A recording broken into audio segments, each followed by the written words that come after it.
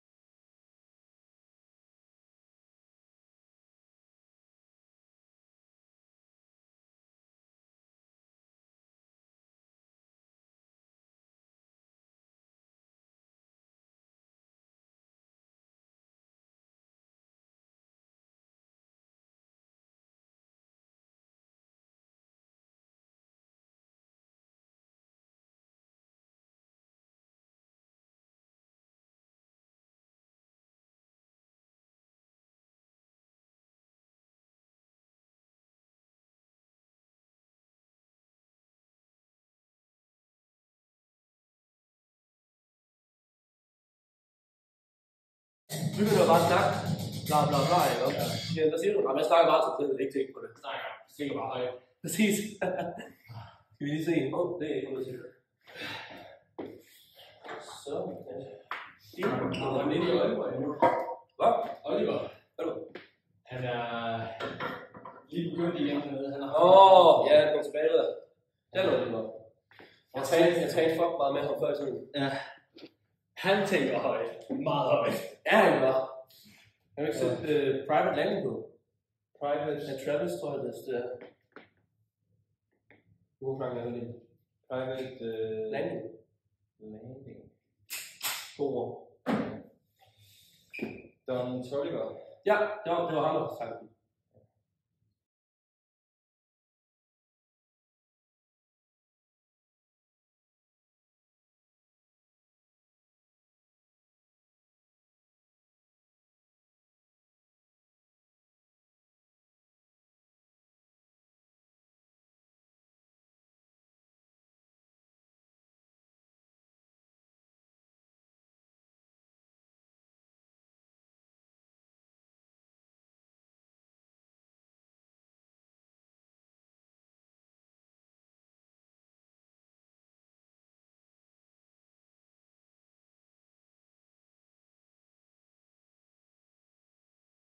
Sådan der.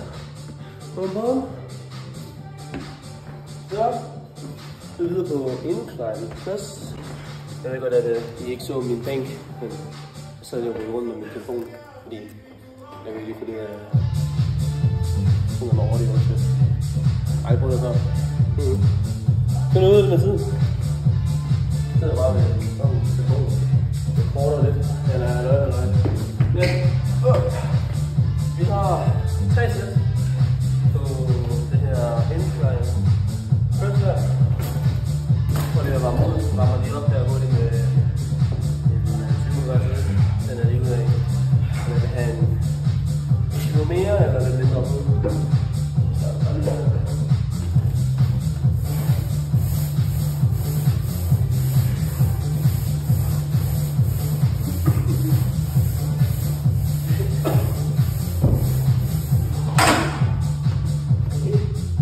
Det er faktisk okay. Så tror bare, jeg skal ud af det. Det er jo sjovt, det var sådan. Det kunne sådan fint. Og hvis det er for meget, så tager jeg bare mindre på.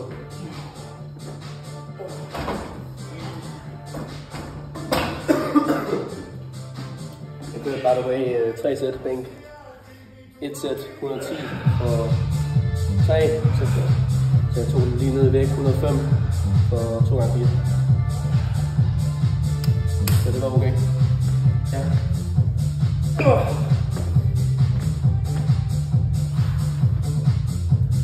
Lige, så vi kan rykke det her. En smule.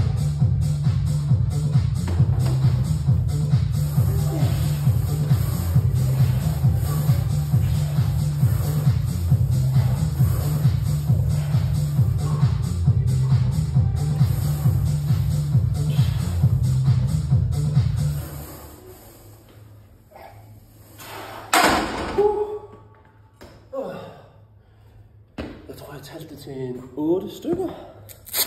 Det er lækkert nok. Men så kører jeg bare 2 sæt videre, og så er det videre på flies.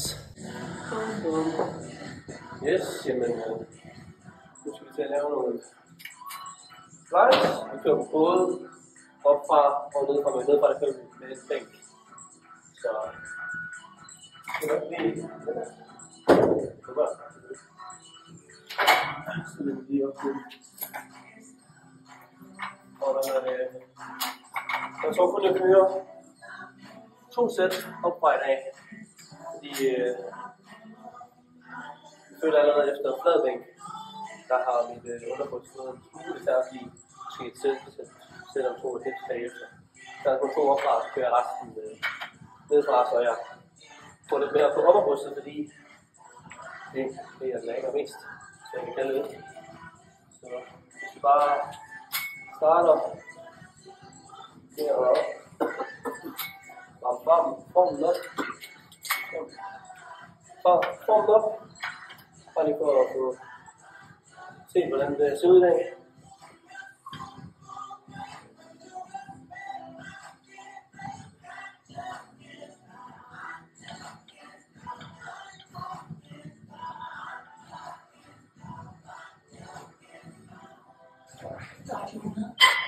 Det er lækkert. Så får vi den bare direkte op på flyttebænk, så vi kan få lidt at lave i dag. Og altså, det er lidt en let dag i dag.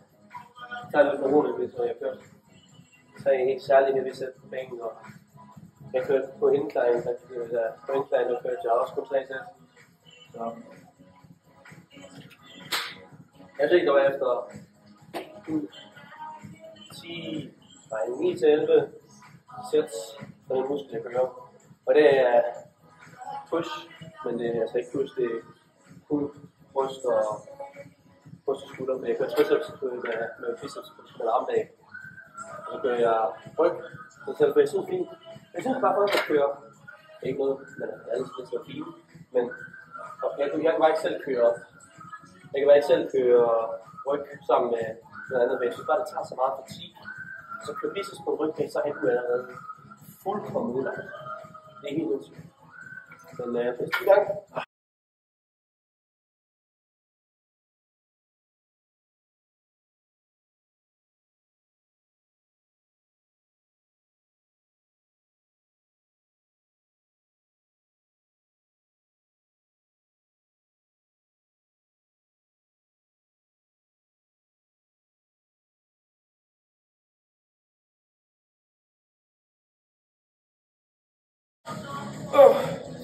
Ja, jeg kan godt mærke, det er det, hvor jeg skal slappe af.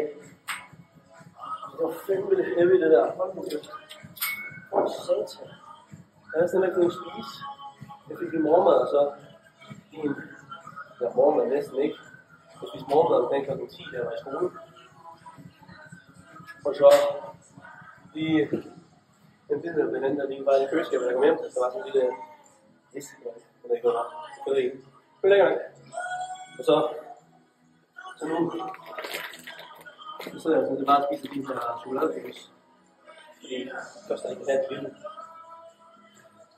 Bare for at få lidt, hvad hedder det? Arbejdsrødder. Det der var godt der. Arbejdsrødder. Jeg ved. Det går jeg altså. Okay, det. Selvfølgelig så spiser jeg ikke mærken hver dag. Det var andet i hvert fald. Så bare tage hvordan så der. Nu er der blive lidt koldt.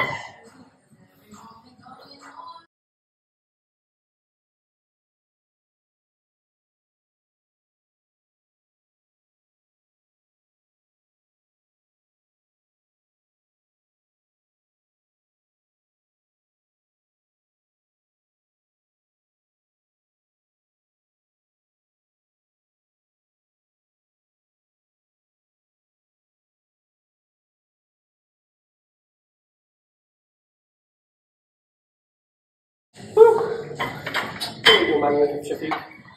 Men når jeg kører dem op fra, så vil jeg bare gerne have nogle kilo på. Det er ligesom når jeg kører bænk.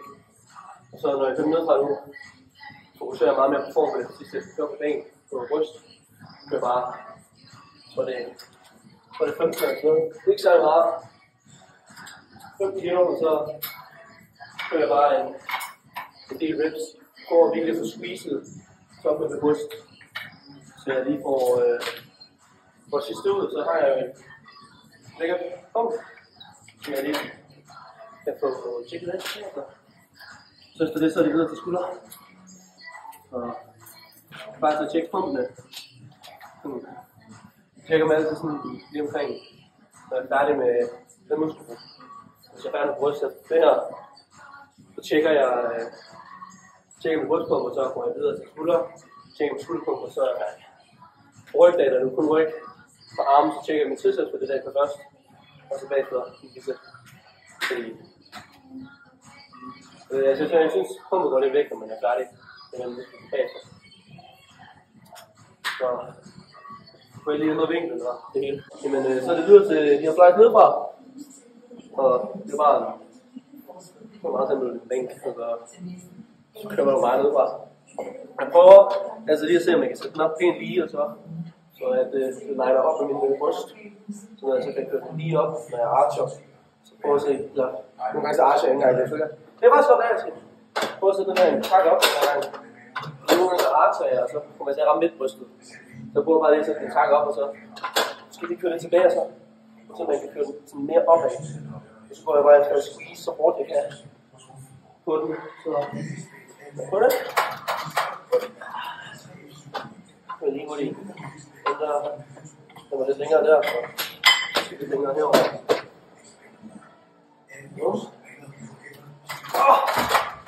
Så skal vi prøve at køre sådan her.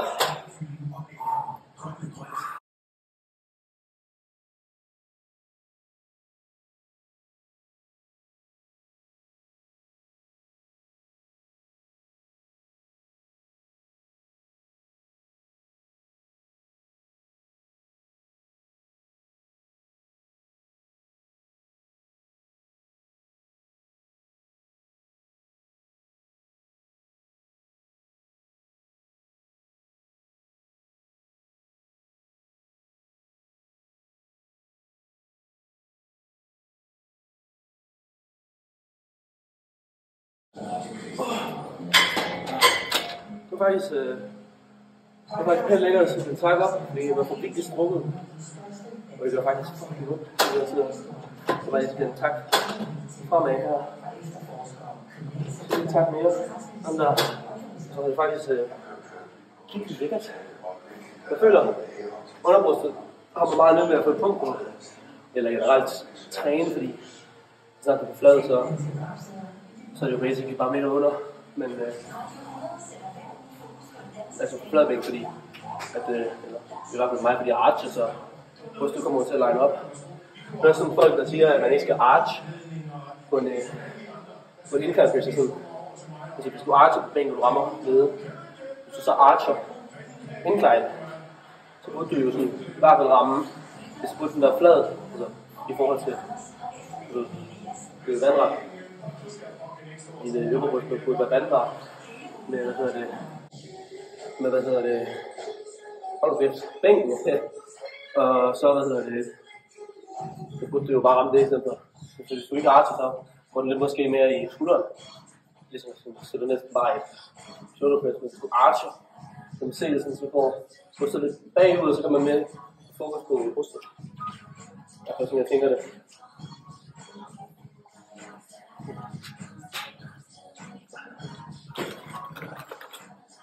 Kom kort. Nu træner jeg lige nu. Prøv at træne hverdag. Hvis jeg har brug for en løftdag, så virkelig sådan, hvor jeg er 5, eller sådan virkelig træt totalt, selvfølgelig. Men, eller 2, ja. Men, ellers så vil jeg køre 4 dages split, sådan. Der går jo 3 dage, eller 4 dage, fra brystdag til brystdag. Så på de 4 dage, der har de noget at restituere, så det går faktisk fint op. Altså bryst, skulder, ryg, arm, og så ben. Og benene er sådan lige nu, jeg føler ikke på det der med opdeling af, om jeg vil køre quads, eller om jeg vil køre hamstrings, eller om jeg vil, ja, hvad vil jeg fokus på? Så jeg kører bare sådan lidt af medium af det hele. Jeg kører lidt squat, eller hack squat, eller close grip squat, eller det hedder. Så kører jeg lidt, leg close tab, så sætter det, og så videre på noget fucking, hvad hedder det? Hip thrust, eller RDS.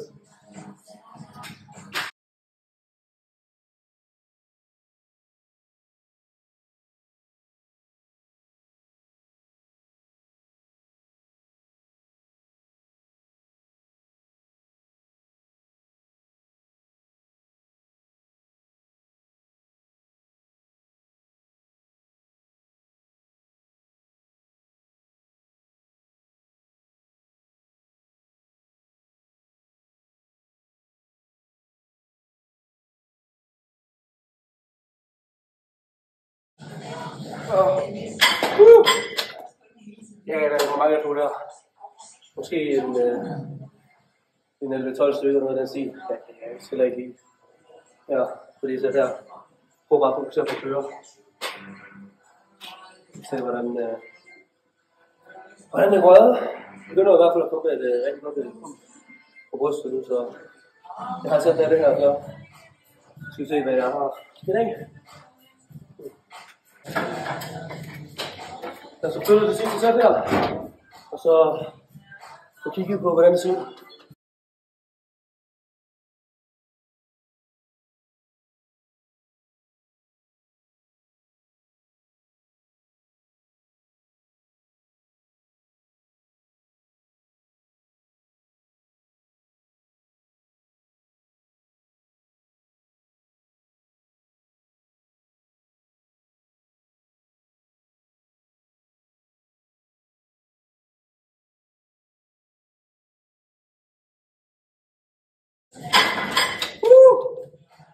Yes. Jamen, det var vel det for bryst. Så kan vi få kigget lidt på, hvordan det ser ud.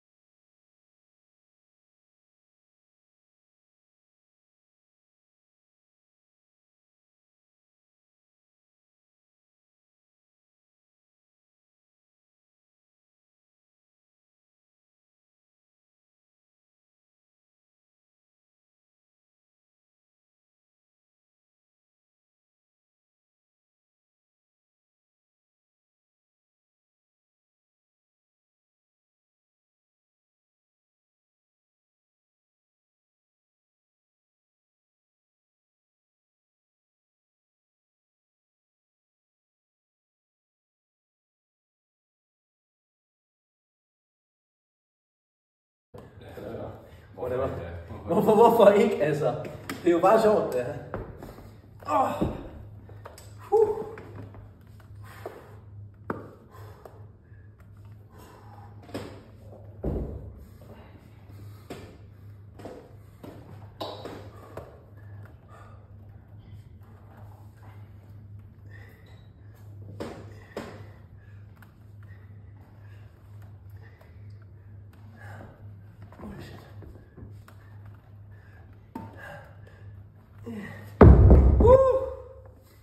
For satan. Jeg har allerede taget 2 sæt, eller 3 nu, af det her lateral raises, hvor jeg bare sidder nede på en bænk og smider det lidt rundt. Altså, selvfølgelig form vil altid være bedre på det her, men så længe at den er kontrolleret, så føler jeg bare, det har virket det på det sidste stykke tid jo. Endelig begyndt at få skulder, fordi det var laget før. Så nu smider jeg bare nogle kilo rundt i stedet for. Det har virket. Min front shoulder begynder at få lidt af lag, så jeg er også begyndt at køre sådan en pull-up ting med en easy bar. Det begynder virkelig at ramme lidt også. Så jeg ved godt selvfølgelig, at man skal ikke køre for hårdt på det, fordi at hjemme sådan noget som bænk og incline, alle de der brystøvelser, der rammer du allerede sådan din front shoulder en del. Så jeg prøver sådan lidt på min front shoulder, så lige køre chill, men selvfølgelig lige få det presset igennem, så man ikke gør ligesom bagskulder, hvor man bare håber, at den følger med. Jeg skal selvfølgelig prøve også at træne den direkte, de øvelser, som også er små og lager.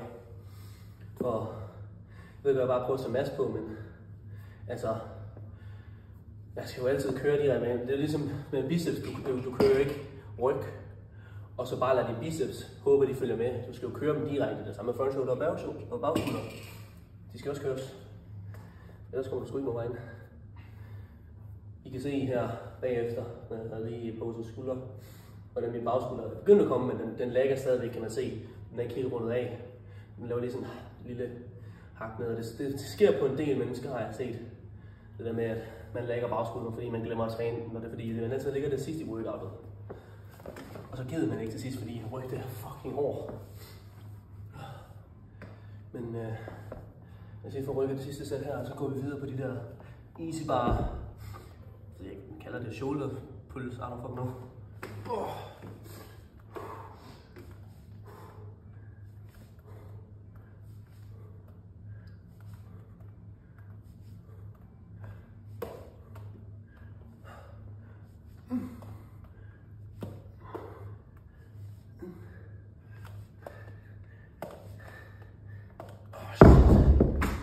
Når jeg begynder virkelig at svinge min krop, så stopper jeg altid lige der, før det sådan mere bliver et rygøvelse. Fordi det er jo fordi, jeg skal købe min ryg igennem mig i dag. Så det er jo...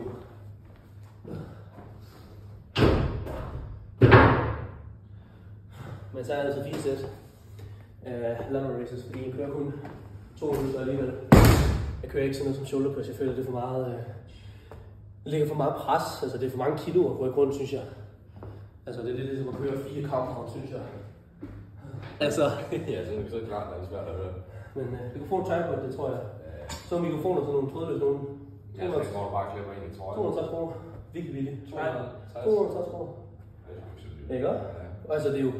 Jeg kan ikke gå efter sådan noget high quality shit. Nej. Bare så der, man kan høre. Bare så man kan høre min ord. Altså, jeg siger jo bare et ord alligevel, så... Men nu prøver vi lige at tage til her. Så den lige rykker sig.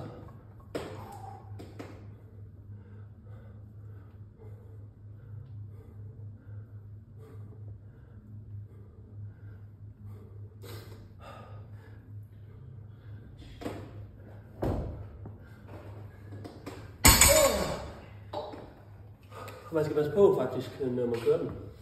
Fordi at, jeg har lagt mærke til, at hvis jeg begynder at tage skulderbladene med, så bliver det jo basically bare en truck. Så når jeg kører den, så prøver jeg virkelig sådan fokusere på, man kan næsten se det på min trap. Jeg ved ikke, om man kan se det ordentligt, men når jeg gør sådan her, så trækker jeg trappen op. Når jeg gør sådan her, så trækker jeg den ikke mere op, fordi jeg prøver kun at trække med skuldrene jo. Og jeg findes i forhold til lateral raises, jeg tror bare, det giver en masse. Og det her, det er mere sådan noget, man kan næsten kalde det isolation, fordi den går næsten kun, jeg ved ikke, hvad jeg sagde før, at den gik i front shoulder, men jeg husker forkert. Den går faktisk mere side squats. Faktisk en del, hvis jeg skal være helt ærlig. Jeg tager en god sæt af den, fordi den er lækker nok, og man behøver jo ikke have for meget på en bryst- og skulderlave. Så jeg tager et sæt mere af det her om halv minut, så ser vi, hvordan skuldrene ser ud, så hjem igen. Faktisk mangler lige vand. Så sidste sæt, så kan vi tjekke, hvordan det ser ud.